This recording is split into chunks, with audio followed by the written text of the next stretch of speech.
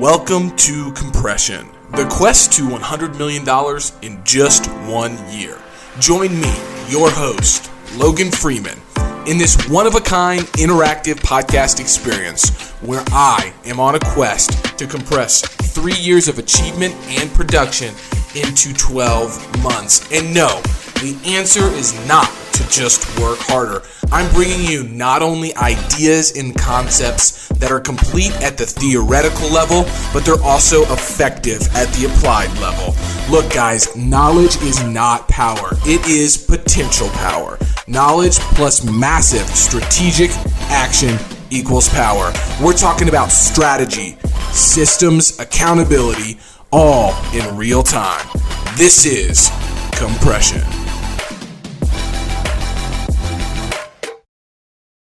And we're back. Another episode of the Confession Podcast. Maybe you guys will get tired of hearing us say that, but I like it, man. It's like we're just hitting, like we're in the garage, man, and we got the anvil and we got the metal and we're just beating the sword, and it's been one of those weeks, man. Yeah. Logan, you've been fighting the good fight and trying to make a real impact and move things forward. And I think it's one of those places where you realize, like, man, I could just push and push and push and beat my head against the wall.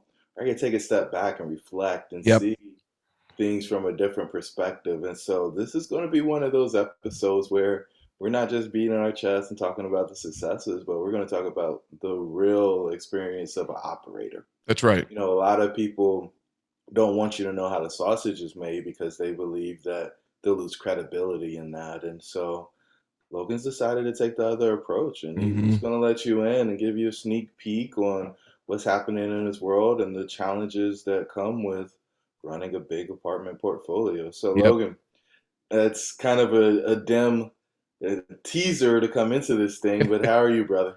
I'm doing well, man. And I love it's like a trigger every time we say welcome back, because I can't believe, 7 days ago already has passed since the last time we had our episode, man. I mean, it's just like, boom. And then there it is again. And it's like, holy cow, the days just go by so quick. And that's, I mean, it's like a perspective shift and a reminder every time that, man, if you're not intentional about what you're doing, time just gets lost, it just goes away. And what we're talking about here today and the intentionality is very simple. What we're trying to accomplish is not easy. What business owners and entrepreneurs try to do is not easy, and on the back end of most businesses, from a marketing and sales standpoint, on the front end, on the back end is operations and everything that goes with it. And the operations piece is where the sausage is made. It's where the brilliance is created, and it's where the value is for your investors. It's too many people, I think, focus solely on, sales and marketing, which is super important. It is. If you don't know those skills, you got to learn them. But where you really build a business and what is scalable and what is the value that you're creating is being able to do what you say you're going to do. And sometimes, most times, I think, especially with, businesses of our scale, there's going to be challenges, and how you overcome those challenges is what we're talking about today. One of the main things for me is, in real time, my focus and goals and things have to shift sometimes because of the challenges that arise. And so, I have all these plans of doing X, Y, and Z, but when things come up, how do you deal with the A, B, and C challenges that then present themselves right when you're trying to do X, Y, and Z? And how do you deal with that, and how do you stay congruent? That's the challenge that I've had, to deal with this week. And mostly it's here, guys. It's up in my head, most of it. And, part of it is in what we're going to talk about is, and I sent Jerome a text message earlier this week. I said, here's my main struggle this week, and really it's the congruence piece, because, if you guys remember, well, I know Jerome remembers last December, there was some congruency issues that needed to be fixed. And to the point of like, is this the right thing to even be doing? Like, are we the right people to do this? Like, holy cow, it's either it's either fix it or die, and we fixed it. And I think that comes up, every year, especially as you have another big year. And I was talking to somebody earlier this week and just simply said, we bought a lot of apartments last year, to the tune of about 1,000 units. Well, I look at what we've done this year, and it's, 6 projects and in a hard marketplace, and added another 400 units in a commercial property and 7 employees. Like, holy cow. So there's going to be new challenges. So the first step for me was always just being self-aware. And if I can't name what I'm feeling, I can't tame it. And this is where fear comes in, right? This is where fear and anxiety can rear its ugly head if you're not willing to basically step back into it and deal with it. And that's what I've been doing this week. And it's not fear from like, I'm scared of what's going on. That's just a feeling that comes from everything that's happening, and how you decide to deal with it and interpret it is where the gold is. And that's what we're kind of covering today. So I'm doing pretty well, man. I was supposed to be in Warrensburg today, catching up with one of our investors, and then his son, who was the best man in my wedding. Haven't seen him in, over 2.5 years. And, God had a different plan because of all the rain that we've got in Kansas City and the weather. And so unfortunately not going to be able to do that, but looking at that opportunity to say, hey, I got some time back in the schedule, and how do I use it the right way? So I've got a lot of things to accomplish today and the rest of the weekend, but it's been a big week from a self-reflection standpoint, and making sure that, I'm staying on track. So picking up golf is really giving you opportunity to do some relationship building, huh? Yeah, it really has, man. We talked about taking time off last week, or maybe, I don't know if we talked about it via text or talked about it on the show, but probably just text. You took more time off this year. You made more money, and you've picked up golf, which, I mean, some of it's relationship building, but some of it really is reflection and leisure. So it is, again, we're not just working harder to compress the time. Right.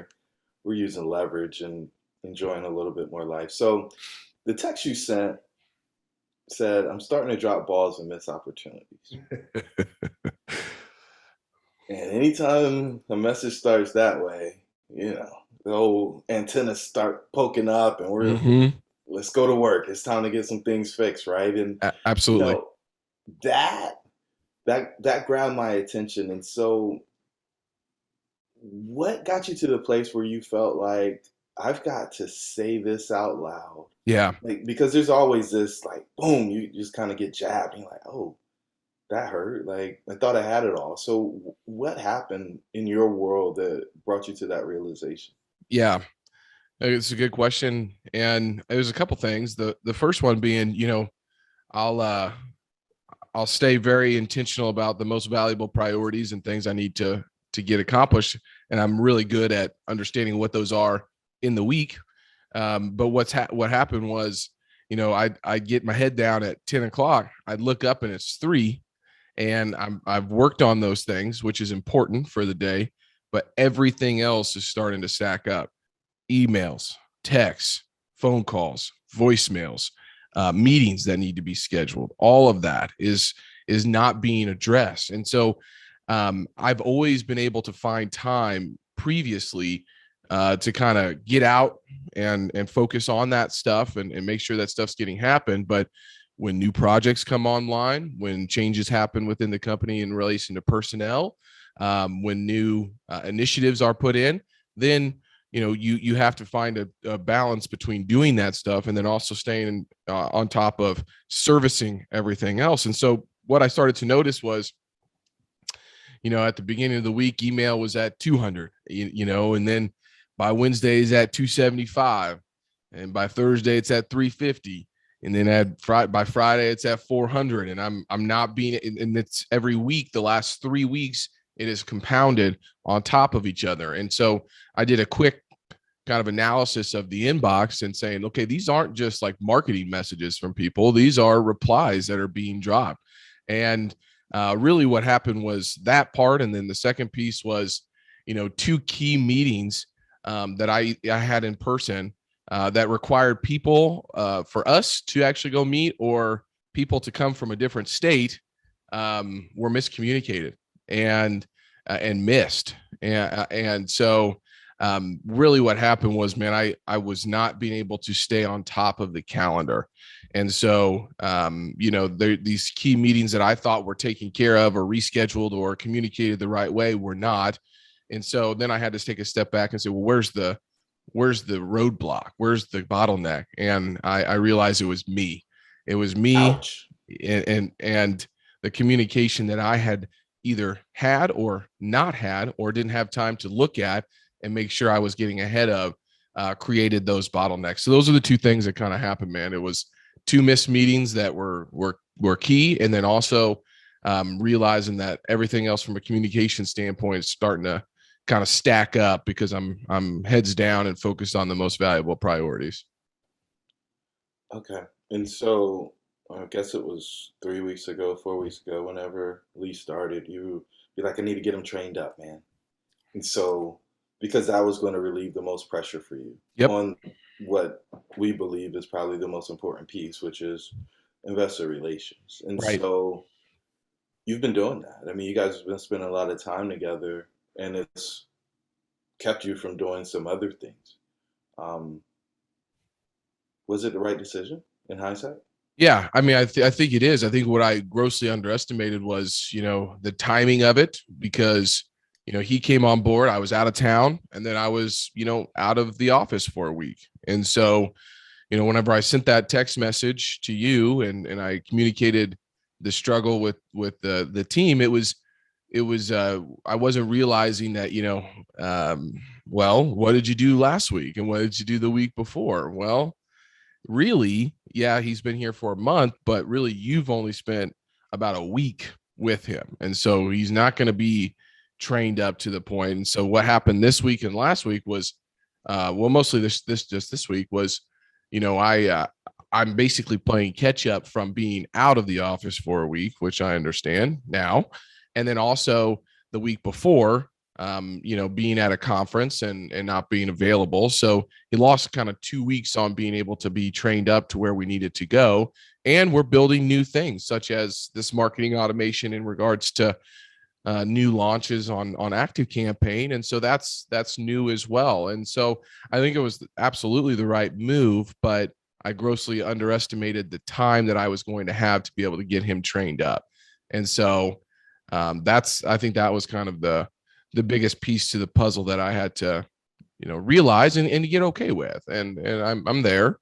But it still doesn't change the fact of, the specifics that I sent you on what I thought were actually the balls that were being dropped.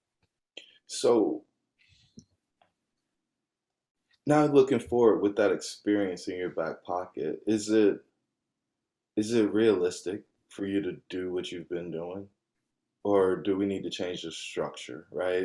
Is there an infrastructure issue? Do we need somebody truly managing your calendar? Do we need somebody going through your email and pulling out the things that are absolutely need to be responded to right now and the things that can wait till Saturday morning?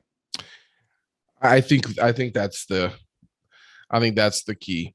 Is I think there needs to be a dedicated resource to somebody dealing with all of the scheduling that I have in regards to investor calls, in regards to in-person meetings, and in regards to podcast schedulings, and then the actual emails itself. So I think what this exercise has showed me is that we do not have the right infrastructure in regards to the admin piece that is needed to stay on top of that part of the business.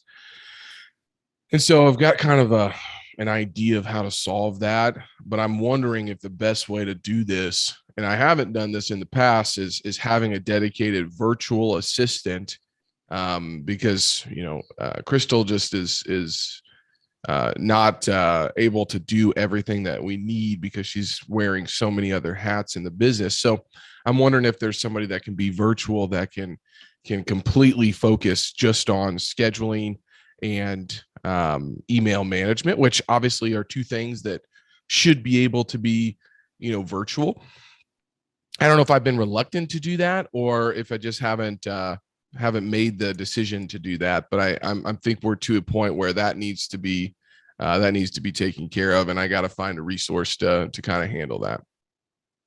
Yeah. And so, I mean, that's a meaningful investment, but if you don't make the investment, what do you risk losing? Well, we risk, the opportunity to continue to have the same type of impact and, continue to stay on top of all the new opportunities. Honestly, I think that and that's what's grown our business up to this point. So, we've done a good job of all of the calls that I've been on recently. Lee has been on to hear and to be able to handle a lot of those. And, a lot of the new investor inquiries will be completely focused he'll be focused on those, which is good. But there's starting to be a new bucket of opportunities, which is something to be self-aware of, right? These are new opportunities that are now presenting themselves because of what we've done in the past. And so it's not just, the same influx that we had 6 months ago, because we have the advertising campaigns going, we have the PR kind of going, we've got all these different things. So now it's more.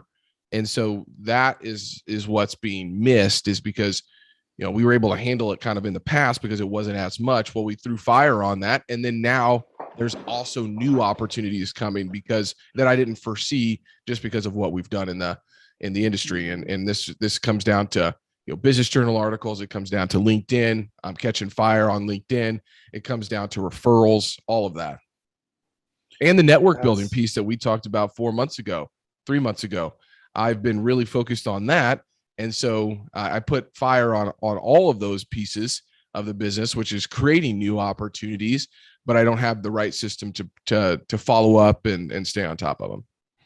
You always break systems when you grow, right? Because it was working 4 months ago. Right. And, if you go 7 months back, it's like, we might be overstaffed. Mm-hmm. But this is, you got a track record of this, man, in case you don't remember. I mean, you always overfill the funnel, right? Right. Like, you cram so much into the funnel because you don't know what's going to come through. That's right. And I remember it's probably 4 weeks ago when you looked and you're like, I don't know if we're going to make it to 100. And the color kind of drained from your face and the switch went on. And I knew what was going to happen on the other side of that. And there were some other things that were already working with the marketing company and so on and so forth. But when you lock in on the goal, you're going to put it all in. You're just going to pour, and right until it overflows. And then you're making people scream for mercy is what's going to happen. Mm-hmm. It happens with every business that you've been in. So that's, but I think that's okay as long as we only inconvenience people temporarily, right? Somebody coming into town and not being able to meet with them doesn't work. Right. And so that'll get your attention quick. So, do we still need all the focus on the marketing right now? I don't know, right? So you've got over 25 podcasts you need to schedule. Probably not going to get done in 2021. Right. No, not even happening. And I mean, we probably should just tell people that, right? So that there's not a ping and it's like, oh, first quarter, maybe we'll get back to it if things slow down a little bit, but we're just overwhelmed there. Yeah. The thing that I want to, we talked about the funnel, right? The delegation funnel, right? And so the eliminate, delegate, and eliminate. And so are there some things we're doing that we shouldn't be? Yeah. I mean, that's what I took a look at. And, I think that there is, and most of it is first calls still. And it's because Lee has to be on those first calls so he can hear those and be involved in them. But I was on probably 4 to 6 new calls this week that probably took up I'd say probably 3 hours of my week that either could have been redirected to, delegating the inbox or the other things that I was on. And, they didn't really pan out to be anything. And so, I think that that's the number one piece is, what is the least path of resistance to getting Lee ready to do all of those calls without me. Right. So that's number one. And the second thing is, I have, I've done a good job of being able to focus on kind of these strategic initiatives, but things like raising the fund, things like going into different asset classes, priming the investors for that stuff. I think what happens with me is I focus on those, and then I have what I want to create, but then it's not the right time necessarily, or it has to be planned out in more detail. One of the realizations was, this week I found that, last year I could just focus my time on something and then get it out.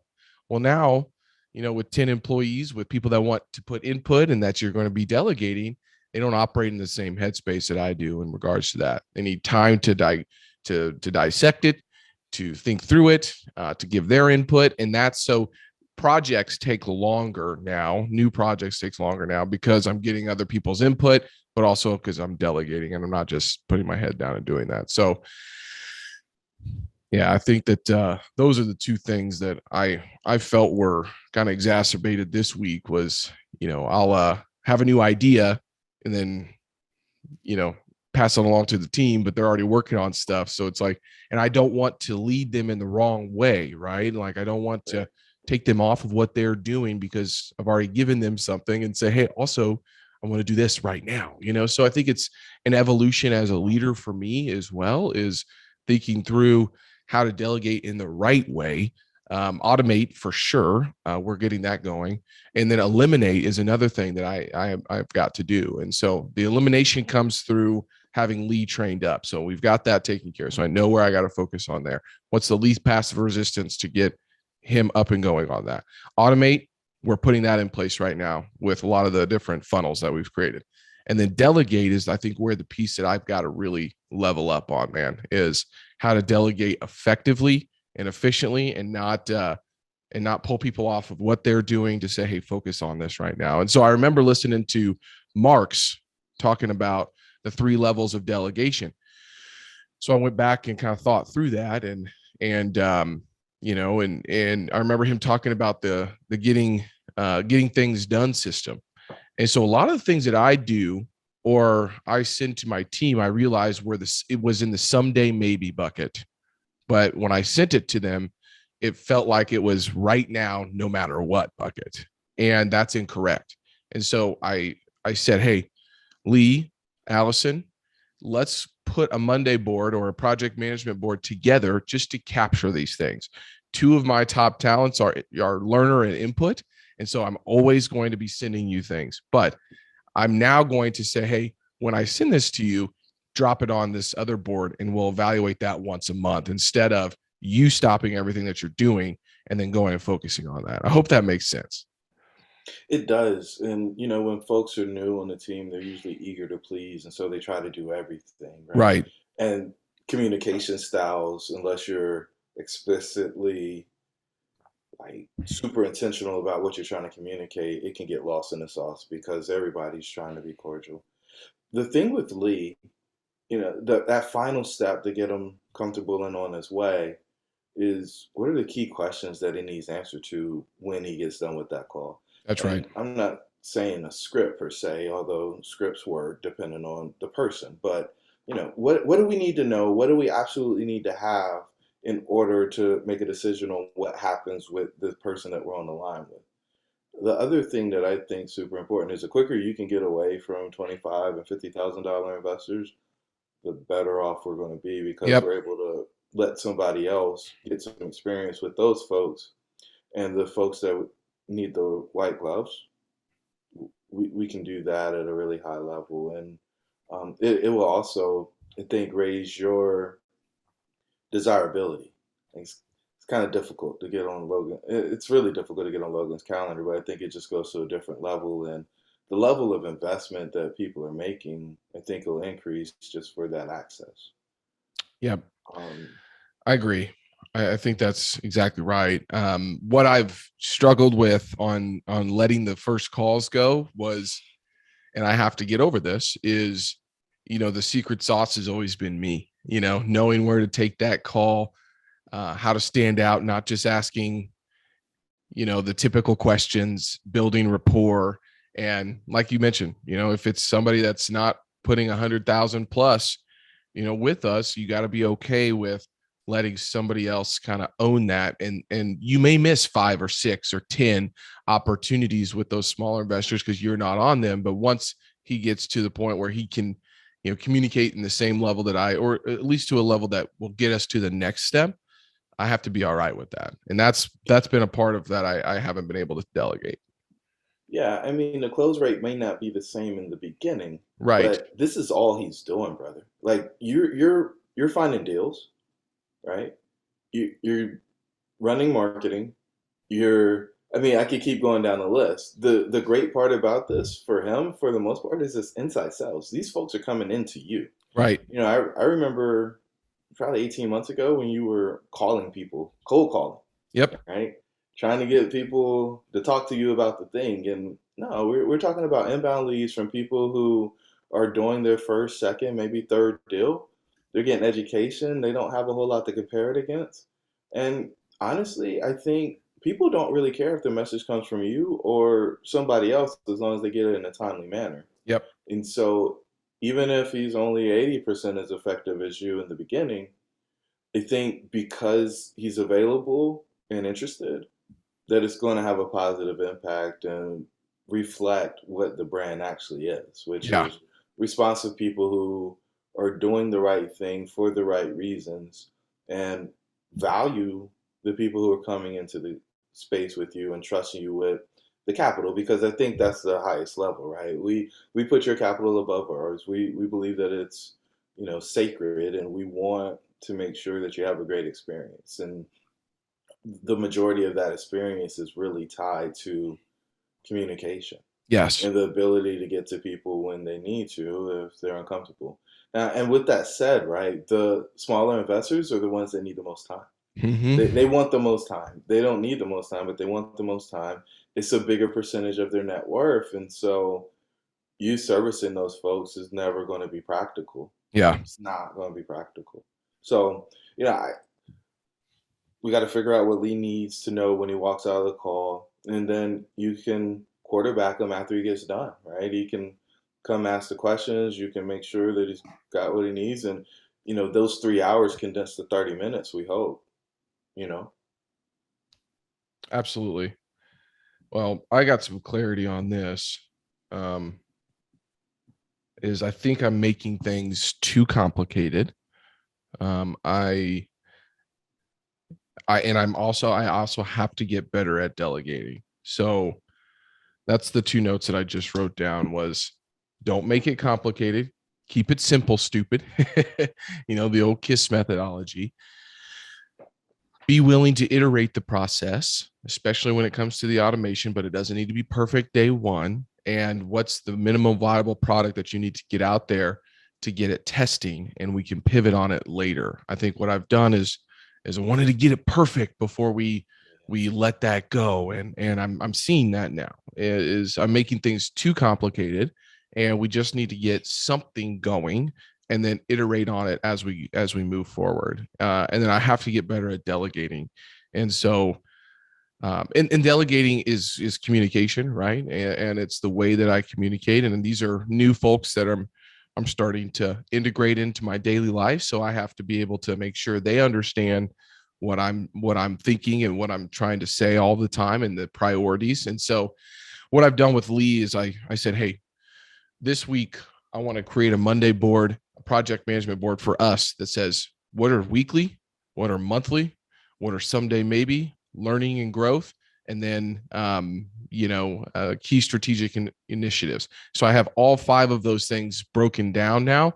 Instead of just using Slack to send messages, I have to do a better job of getting on Monday and just adding them to the right board. And I think that's a key to the delegation. Same with Allison, is making sure that I utilize the project management software that we've got, put them in the right buckets so they understand where their priorities need to be, and then continuing to check in. I feel like I've got a better understanding of how to do that now. And then also, keeping it simple and not making it too complicated where we don't get something out there, because then it's just going to start piling up like it is right now. Those are two key learnings that I've just come through as we've been talking through this, man. So let's talk about the deals that are sitting in your inbox. Yep. You're chasing the money and you're chasing the deals. That's tough, man. And you guys made some staffing changes, which even amplified or exacerbated that. Yep. So what's the right answer? Is it having somebody else review it that's got more time? Because if you're focused, you got a couple of raises coming. You got the fund coming. Like you got brokerage working. You push that off your plate. Yep. And then you started these other things, and now it's back, right? We don't play fetch, right? That's right. When you throw the ball, it's supposed to stay gone. We don't want it back. So and you don't have to say it here, right? Because you still got to work through the internal conversations, but where can that go? Yeah. And stay for eternity. And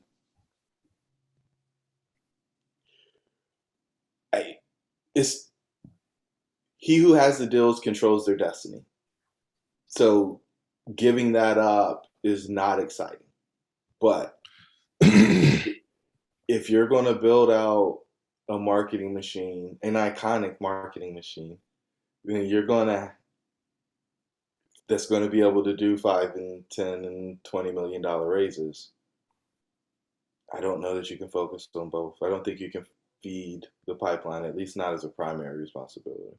Yep. So great question. And this is a part of delegation that's been beautiful. So Matt is our asset management associate, and we've now integrated a new dashboard and process for new deals. And I didn't touch this at all. So Corey led this initiative and is running point on it, which is incredible.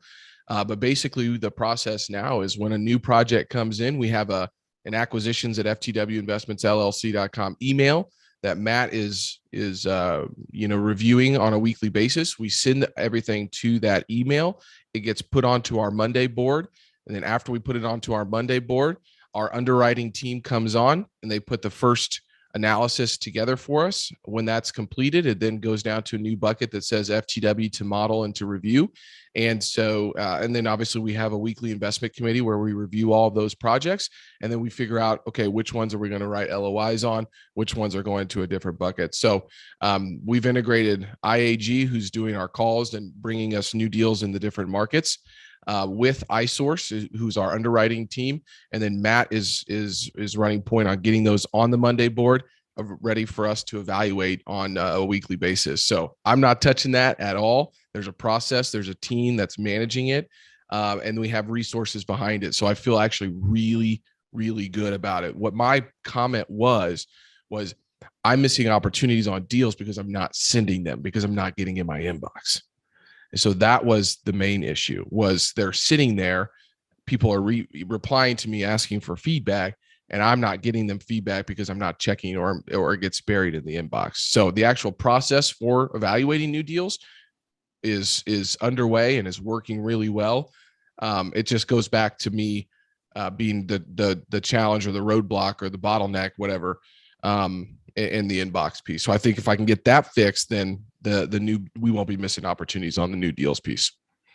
Love it. So, and that's probably not something you can delegate when people are, well, I don't know. If people are asking FTW if they're interested in a deal, should they be asking you or should they be asking somebody else? Yep. I think somebody needs to to be responding to them, because I have the relationships, right? That's where they're coming from, is the relationships. It's coming from the different groups I'm a part of or different owners that I know. But I can make the first email and have the conversation. But then somebody needs to be making sure that when that data does come in, it's getting to the team so we can actually get it into the process. Absolutely. I need to play rainmaker up top, but then have a system that allows people to work underneath that. And we have that system, other than just me still being the bottleneck in regards to actually responding and getting the data to where it needs to go. Love it. Man. So, I mean, what's the next step? What are you going to do with it? Yeah. Well, so here's my two things is I have to commit to delegating in a better way. And I have to commit to keeping it simple and not overcomplicating things.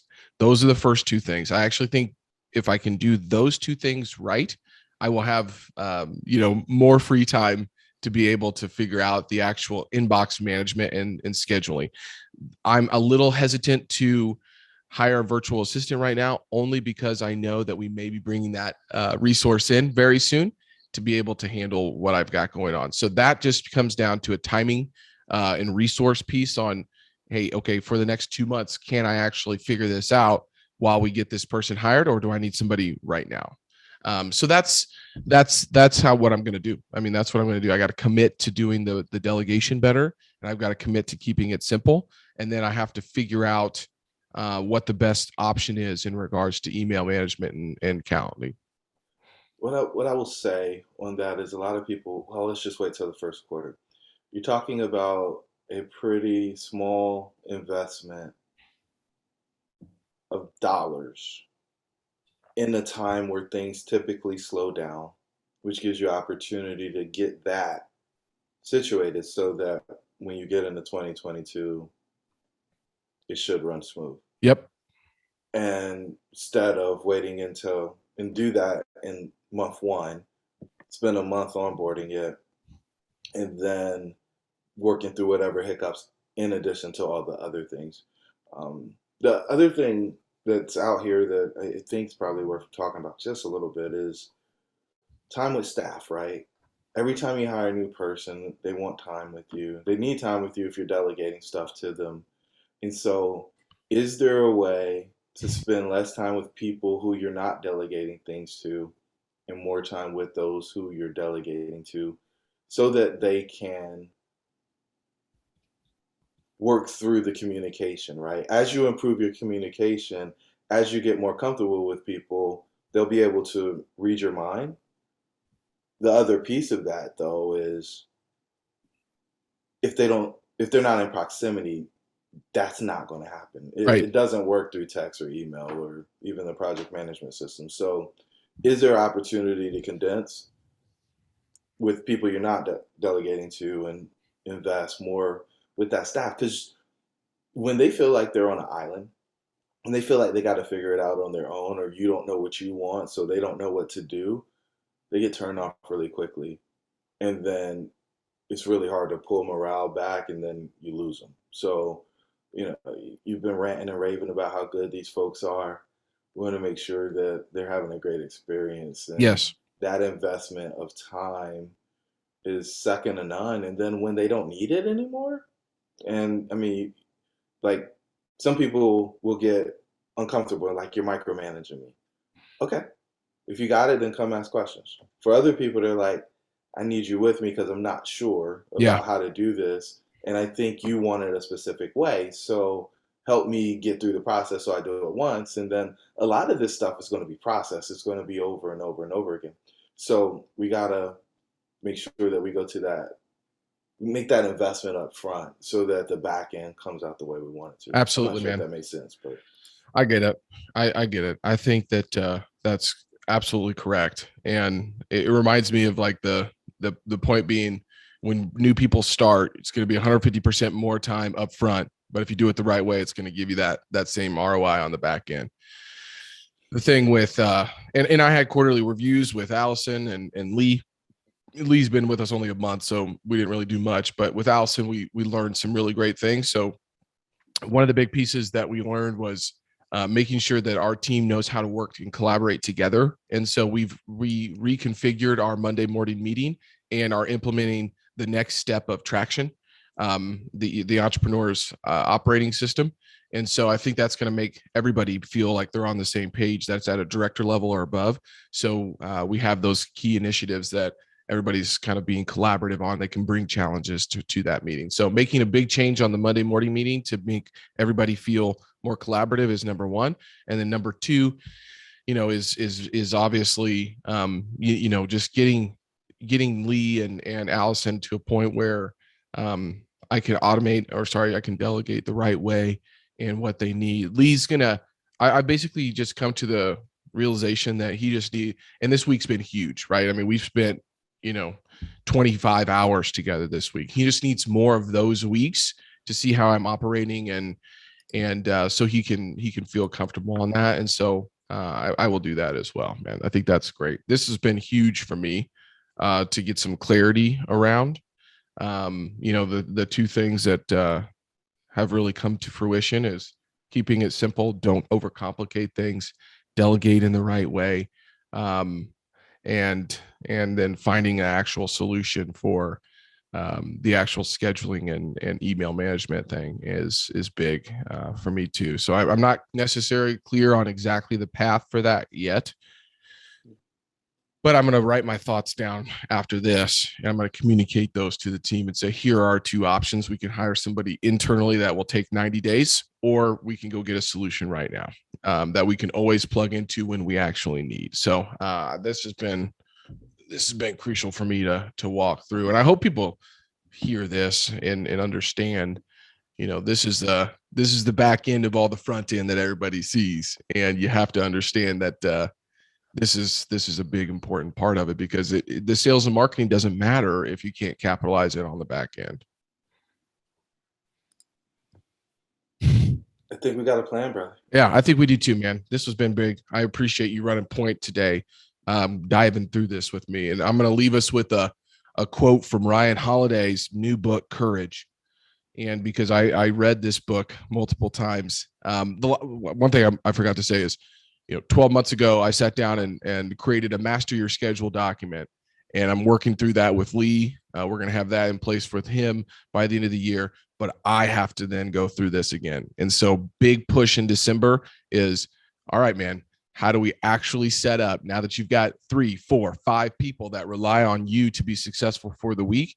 How do you set them up for success? And then how do you check in later in the week and making sure that I still have time for everything else? So I'm stoked about getting into that and then implementing that system as well. So I'll bring you guys alongside that at the end of October, which is right now, but we'll do it next week. We will do a KPI check-in on the 90-day sprint on where we're at. So that's kind of the intentionality for the rest of the month. We'll do kind of a month-end review, 60 days.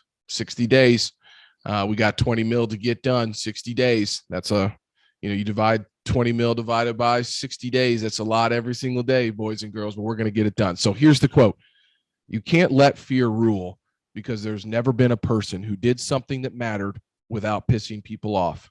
There has never been a change that was not met with doubts. There has never been a movement that was not marked. There was never a groundbreaking business that wasn't loudly predicted to fail. And there has never, ever been a time when the average opinion of faceless and accountable strangers should be valued above our own considerate judgment.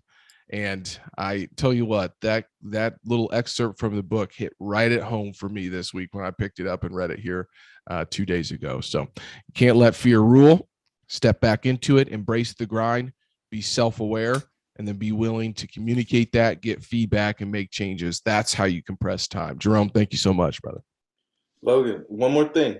Make Lee document the process so there's a SOP, so that when the next person comes on to expand your ever-growing investor relations division, investor handbook we is can being train created.